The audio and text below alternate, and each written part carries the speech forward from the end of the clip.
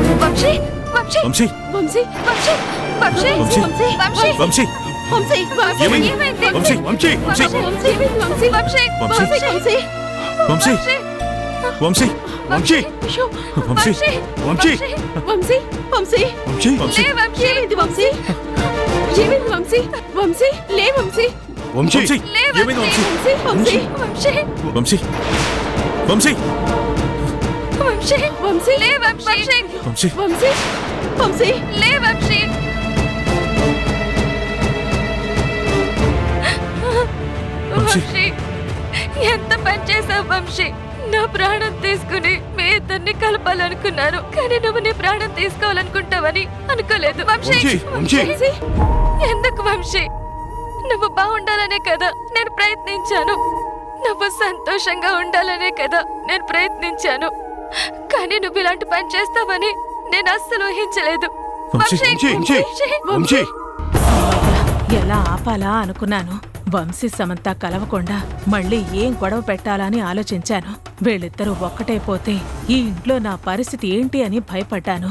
వర్షం మాట విని వంశీ వచ్చినా తను విషం తాగొచ్చాడు అంటే సమంతతో కలవటం వంశీకి ఎప్పటికీ ఇష్టం లేదు. ప్రాణాలు తీసుకోవటానికి సిద్ధపడినవాడు ఇంకెప్పటికీ ఈ సమంతని కలుపుకోడు. ఇది చాలు, నేననుకున్నదే జరుగుతోంది. లే వంశీ, ఏమైంది వంశీ? అమ్మా, ఇప్పుడు ఏడ్చి ప్రయోజనం లేదమ్మా. ముందు వంశీని హాస్పిటల్కి తీసుకెళ్ళాలి. వంశీకి ఏం కాదమ్మా, నువ్వేం సాయం పట్టండి.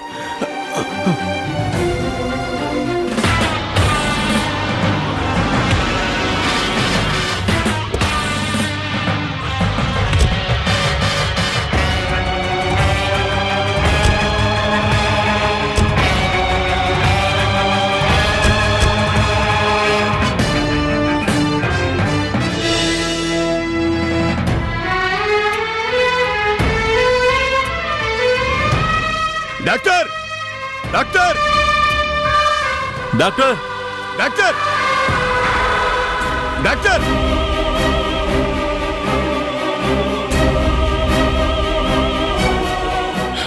డాక్టర్ గారు, నా మనవని ఎలాగైనా కాపాడండి. ఏమైంది? పాయిజన్ తాగా డాక్టర్.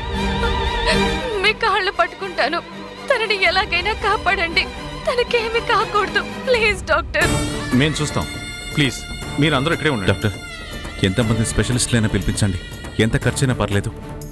మీరేం చేసైనా సరే మా వంశీని కాపాడండి, తనకేం కాకూడదు. ముందు టెస్ట్ చేయనివ్వండి. పొజిషన్ ఏంటో చూశాక నేను మీతో మాట్లాడతాను. ప్లీజ్ బాయ్స్, ఐసీయూకి షిఫ్ట్ చేయండి.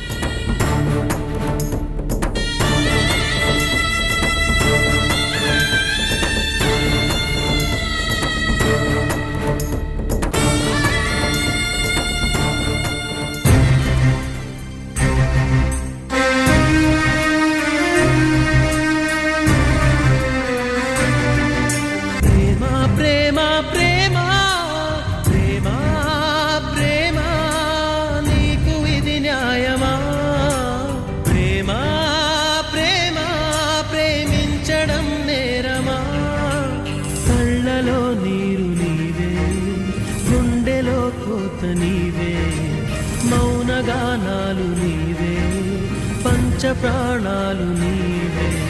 కాలం ముళ్ళ పొడిలో బతుకే పతనమా, దైవం కరుణిస్తే మాదే విజయమా. ప్రేమ ప్రేమ ప్రేమ ప్రేమ ప్రేమ, నీకు ఇది న్యాయమా?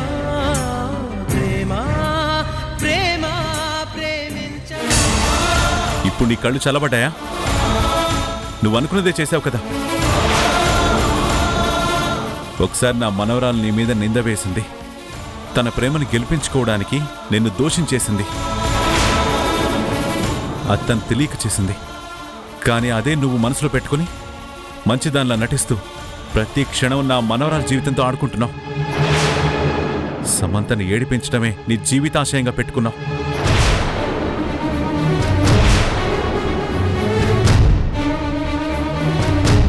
ఏంటి సార్ మీరు అనేది?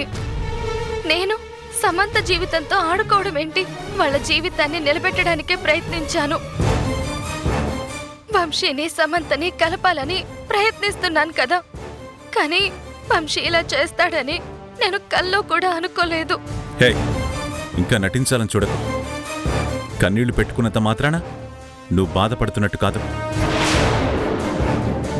బాధగా మాట్లాడినంత మాత్రాన నువ్వేదో త్యాగం చేసినట్టు కాదు.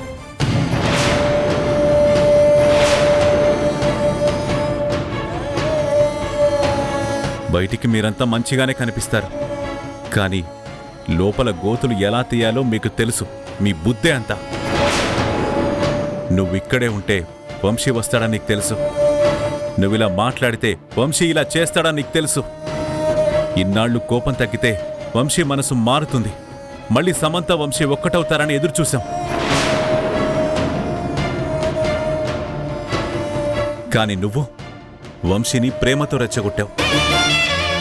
సమంత వైపు ఉన్నట్టు మాట్లాడుతూనే నీ ప్రేమకు దూరం అయిపోతే వంశీ బతకలేనట్టుగా నువ్వు చేశావు.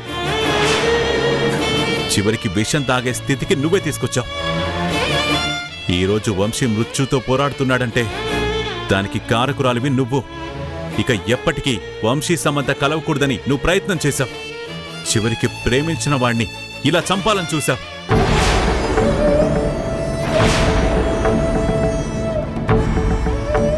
అసలు నీలాంటి దాన్ని మనిషి అనడానికి కూడా అసహ్యంగా ఉంది. ఇంకా చాలు శంకర్, మాపు. ఇంకొక మాట మాట్లాడితే నీకు మర్యాదగా ఉండదు చెప్తున్నా.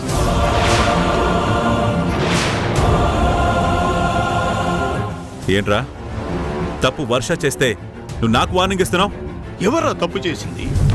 వర్ష తప్పు చేసినట్టు నీకు కనిపించిందా? తను చేసిన త్యాగం నీకు కనిపించలేదా?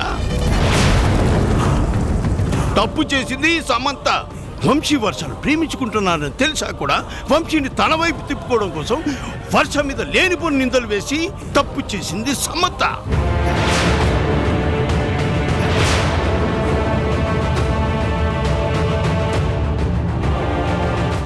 తప్పు చేసి నీ మనవరాల్ని సమర్థించి నువ్వు తప్పు చేశావు. నీ మనవరాల్ని ప్రేమించట్లేదని తెలిసా కూడా వంశీ వర్షలకు పెళ్లి చేసి నువ్వు పెద్ద తప్పు చేశావు.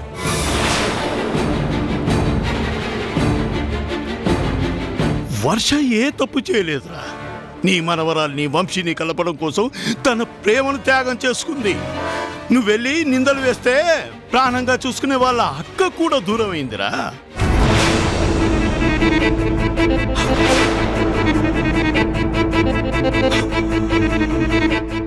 తన కుటుంబానికి దూరమై అజ్ఞాతంలో బ్రతుకుతుందిరా.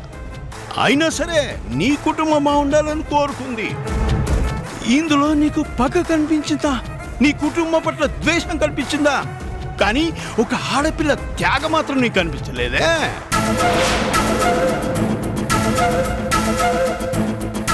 ప్రేమించడం ఎవరైనా చేస్తారా, కానీ ప్రాణం త్యాగం చేయాలంటే దానికి గొప్ప మనసు ఉండాలి. ద్వేషించిన వాళ్ళ కోసం ప్రేమించిన వాడిని వదులుకోవాలంటే గొప్ప మనిషి ఉండాలరా.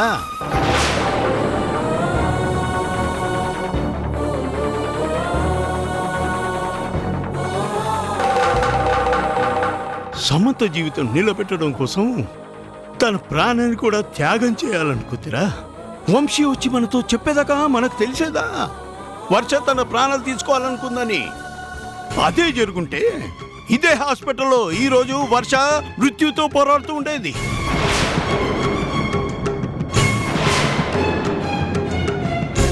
త్యాగానికి విలువడం నీకు ఎలాగో తెలీదు. కనీసం మంచి మనిషికి విలువ ఇవ్వడం అన్నా నేర్చుకో. అసలు నువ్వెవరు మా తాతని అన్ని మాటలు అనడానికి?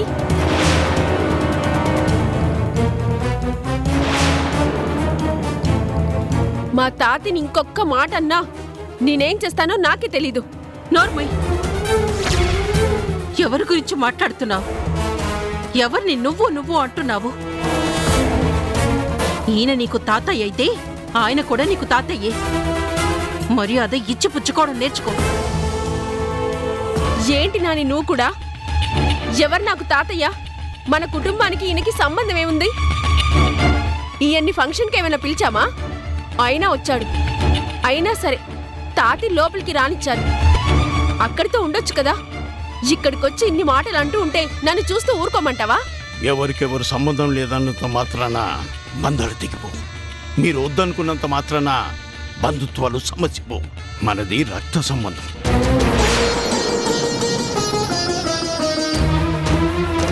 నా రక్తం పచ్చుకు పుట్టిన కూతురు నీకు జన్మనివ్వకపోతే నువ్వు ఆ ఇంట్లో ఉండేదానివే కాదు. మన బంధం ఎక్కడికి పోతుంది? ఇక వీడు నీకు తాతి అయితే నాకు ప్రాణ స్నేహితుడు. నీకన్నా ఎక్కువ బాధ్యత నాకుంది. ఏంటి పెద్ద రక్త సంబంధం? రక్త సంబంధం అంటూ ఎక్కువ మాట్లాడుతున్నావు. ఇంకేం అనుబంధం ఉంది? నీ కూతురే చచ్చిపోయింది. మా అమ్మ నాన్న ఎప్పుడో చచ్చిపోయారు. వాళ్ళు ఎలా ఉంటారో కూడా నాకు తెలీదు.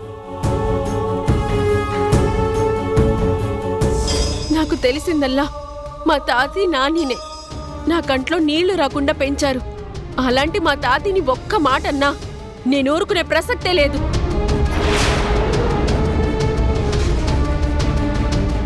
చూడు సమంత, ఇది గొడవ పడే సమయం కాదు.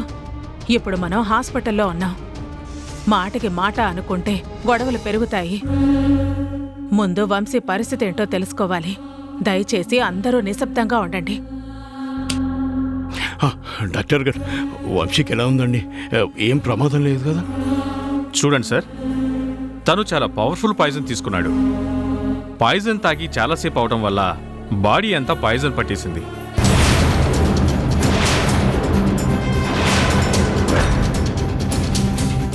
రెమెడీకి మెడిసిన్ ఇచ్చాం, కానీ 24 అవర్స్ గడిచే వరకు పరిస్థితి ఏంటనేది మాత్రం చెప్పలేం.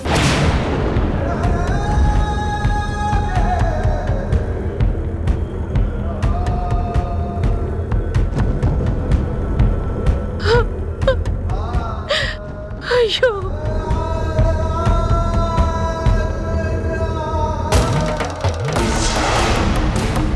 ఇది చాలు. వంశీకేవైనా అయితే ఈ వర్షాన్ని ఎప్పటికీ ఇంట్లో అడుగు పెట్టనివ్వరు. ఒకవేళ వంశీకి ఏమీ కాకపోయినా వంశీ సమంత జీవితంలోకి ఎప్పటికీ రాడు. ఇక ఈ ఇంట్లో నేను ఆడే ఆటని అడ్డుకునే వాళ్ళు ఎవ్వరూ ఉండరు.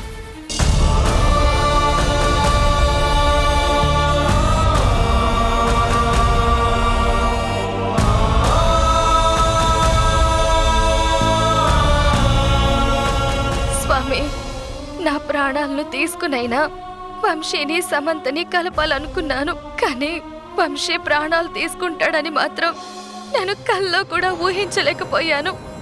తనకేమీ కాకుండా తను మళ్ళీ మామూలు మనిషి అయ్యేలాగా నువ్వే చూడు తండ్రి. ఇంకా ఎందుకు నటిస్తున్నావు?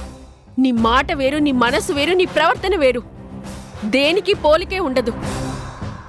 నువ్వు మా ఇంట్లో ఉంటే వంశీ వస్తాడని నాకు తెలుసు. నువ్వు మాటిస్తే వంశీ నా వైపు ఉంటాడని నేను నమ్మాను. కానీ నువ్వు బయట చెప్పేది ఒకటి, లోపల చేసేది ఇంకొకటి. వంశీని రెచ్చగొట్టి నాకు శాశ్వతంగా దూరం చేయాలనుకున్నావు. ఒక్కటి గుర్తుపెట్టుకో, నా వంశీకి ఏమైనా అయితే మాత్రం నిన్ను క్షమించను సరికదా, ప్రాణాలతో కూడా ఉండనివ్వను.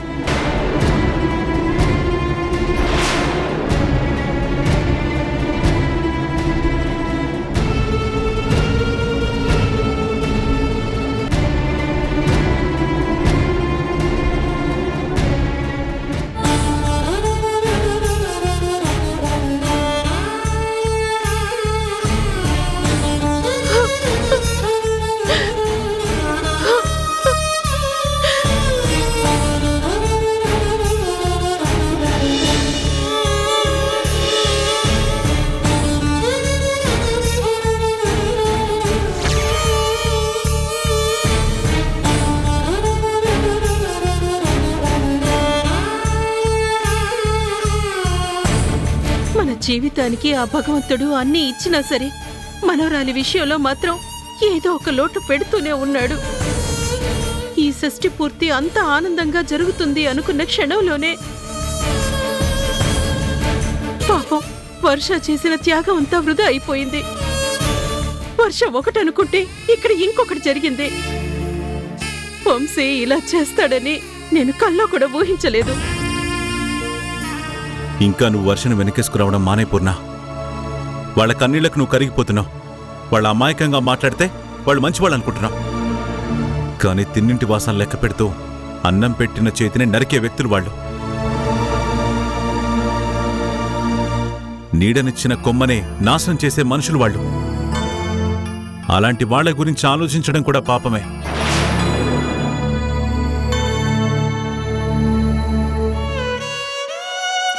వంశీకేం కాకూడదు దేవుడా. నా వంశీ నాతోనే ఉండాలి. తన ప్రేమ నాకే పంచాలి. మా జీవితం సంతోషంగా ఉండాలని ఎన్నో అనుకున్నా.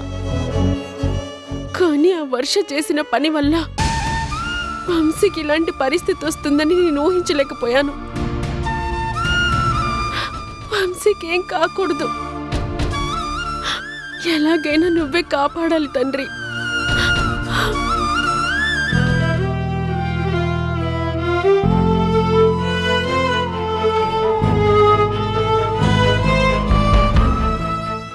ఎంత పని చేశావు వంశీ.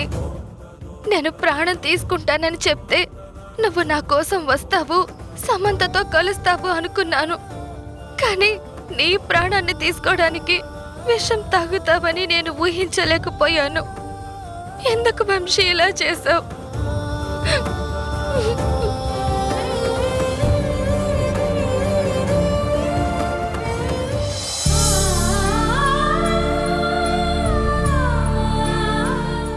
ఏంటి డాడీ, అమ్మ వచ్చేస్తుందని చెప్పావు కానీ ఇంకా రాలేదు. అమ్మను చూడకుండా నేను ఉండలేకపోతున్నాను. అమ్మతో మాట్లాడకుండా నేను ఉండలేకపోతున్నాను డాడీ. అమ్మ రాకపోతే మనమే అమ్మ దగ్గరికి వెళ్దాం డాడీ. కూర్చో. లేదమ్మా, అమ్మ తప్పకుండా వచ్చేస్తుంది. తన ఫ్రెండ్ పెళ్ళి అని వెళ్ళింది కదా, పెళ్ళి అయిపోగానే వచ్చేస్తుంది. మనకి దూరంగా అమ్మ కూడా ఉండలేదు, తప్పకుండా వస్తుంది. ఓకేనా?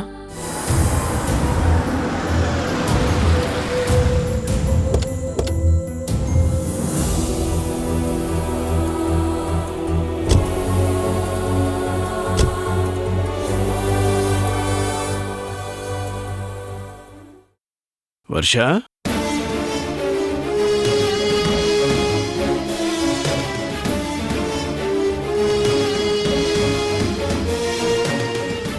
అమ్మా వర్ష, జరిగిందేది మనసులో పెట్టుకోకు.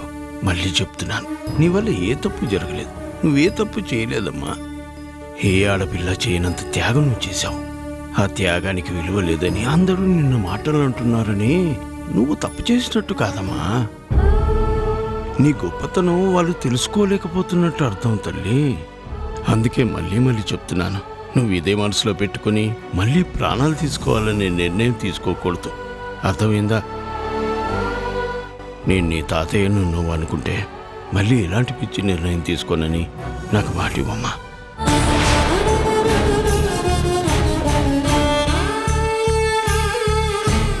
నేను నీ సొంత మనవరాలే తాతయ్య.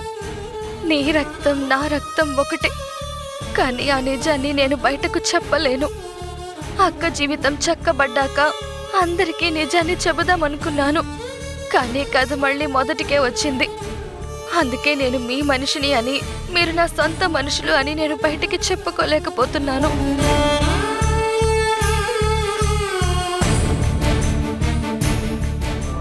మీకు మాటిస్తున్నాను తాతయ్య, ప్రాణాలు తీసుకునేలాంటి ఆలోచన చెయ్యను. మీరు భయపడకండి. చాలమ్మా, నీకు మేమంతా ఉన్నాం. జరిగిన దాంట్లో నీ తప్పేం లేదమ్మా. జరగబోయేదేంటో ఆలోచిద్దాం. వంశీకి ఏం కాదమ్మా, నువ్వేం భయపడకు. జాగ్రత్తగా ఉండు.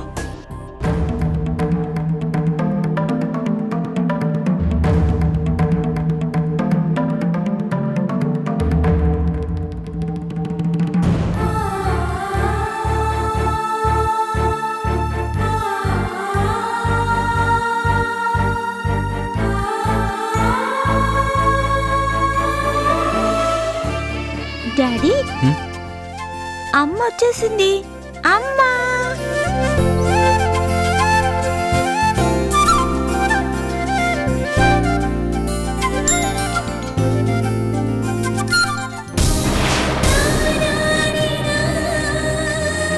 సీత, సీత, ఏమైంది?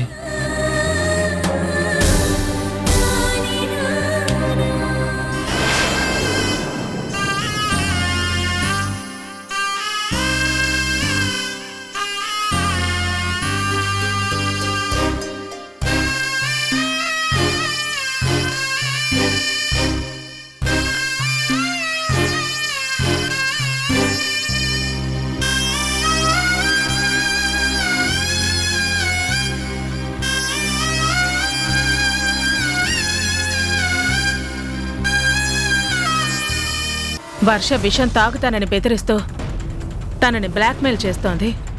నాకు దూరం అవ్వమని పెదాలతో చెప్తోంది. తన చేతుల ద్వారా వంశీని దూరం కాకుండా ప్రయత్నిస్తోంది. మరి సమంత ప్రేమకి విలువలేదా? తన త్యాగానికి విలువలేదా? వంశీ లేకుండా బతకలేను అంటోంది. అందుకే చచ్చిపోతాను అంటోంది.